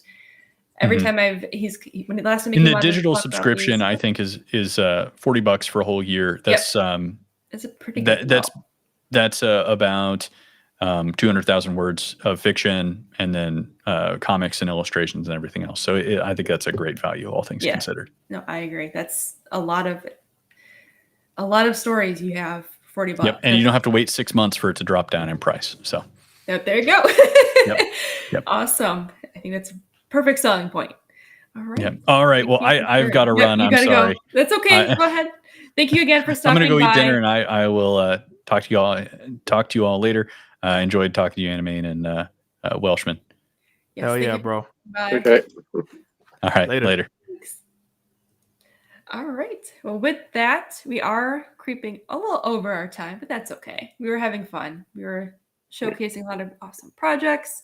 I definitely appreciate everyone coming out to watch and hang out in the stream and taking a look at the projects that are going on between all three of our guests today. I will repost the links, like I said, in the description of the video once everything is updated and live for everyone. And yeah, if you guys have anything you'd like to add? I know you guys have amazing projects going on, and I'm also very appreciative that you guys entrusted me to help showcase them to the audience as well. It's not easy getting people on to say, yeah, you can talk about my project and show it to people and all that. So I do appreciate you guys giving me a chance to do that. Absolutely. I mean, it's weird because we constantly say in our little space of the internet that we should be more supportive of each other. We should have more of this. We should big up each other. And then you have channels like yours where you literally dedicate so much of your time to helping people. And then it's like, oh, no, I'm not going to go over there. I'm going to beg this person who's never expressed interest in helping people before and demand they help. Like, y'all, the supportive people are right over here. They're here. Just utilize them, for God's sake. So no, thanks to you for dedicating your space and then allowing us time to come on and chill but chill and nerd out, you know. Yes. That's why I wanted to come on, because I knew your stream wouldn't just be like, hey, okay, you're here, so your shit. Like, we can actually have discussions together as creators, and you know, you care about your chat and everything. So you know, this was a fun time. I enjoyed it. Yay, good. Yeah, I love. Go ahead. Every little helps when it comes to promotion. I mean, if it gets it's just like another 2 or 3 backers, or even 5, that can make all the difference sometimes. Yeah. 100%. Yes. And I think too, what I try and do with this too is making sure people are comfortable, or not comfortable, but are introduced to your stuff and like, oh my gosh, I like this person, I like what they're doing, and I want to follow them. You can potentially create long-term fans, even if they can't get it right away or back it right away. They're like, I want to follow this person, you know. And I think getting not a lifelong fan, but I'm going to call them a lifelong fan because it's usually what happens. You know, it's I think that's very helpful as a creator to get someone who's like in your corner all the time, you know, like, yeah, I saw you from this point and now look where you are, and I've been with you on that whole journey. And there's something, it's hard to describe what that feeling is when you see people who have followed you from point A to where you are now and cheering you on and being supportive the whole time. And I hope that some people who are watching this are able to give that to you guys, you know, like, hey, I like what you're doing. I'm going to follow you and watch you grow and give you more, like, put out new stuff that I might be interested in, and support you in any way I can. I think, you know, I hope that people do that, because that's definitely one of the main goals of this stream, is to grow your audience and introduce people to your work. Absolutely. Yeah, and unlike certain other creators who shall go unnamed for obvious reasons, it's usually like down to the rest of us to set a good example for others to follow. Yeah, we should be encouraging cross promotion. We should be like supporting a fellow creators and all that. But also, we should also be setting the example that we're getting this done, bringing it out to the fans, Yes. and that to me is like how you build a loyal fan base. Yes. Oh, yes. Definitely. I definitely want to create that positive environment and just kind of, like you said, setting the example of what that support should look like. You know, I know not everyone can share or do streams like this, but it's just why I only do it once a month because my time is like non-existent. But I'm like, you know what? It's something I've been wanting to do for a long time. My channel has always been about learning and growing, and this is the best way to like take it to a new level. And you guys do inspire others. Like I had someone in my Gilded server reach out and say, "Hey, thank you for doing this." Like I didn't like they just never thought there were so many indie creators, you know. And I think seeing you guys put your stuff out there is inspiring to a lot of people. You know, it's not an easy thing to do. Not like No, it's not. It's just not.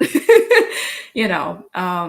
So I definitely thank you for being that positive example of I'm taking a huge leap and showing it can be done. You know, I think that's something we don't really see, which is why I'm glad that you guys are here. So, and when the attractor students all turn up, we just tell them to jog off. Yep. Nice. Yes. Get on your bike and jog off. Yep. Exactly. And we handle it like champs, so we're okay. Yeah. So yeah. All right. So I'll let you guys go. Thank you guys for watching. Thank you guys for coming on to stream with me and hang out and nerd out a little bit as well. And we will see you all in the next Indie Takeover. Make sure to check out the links. I should have everything live in a couple hours.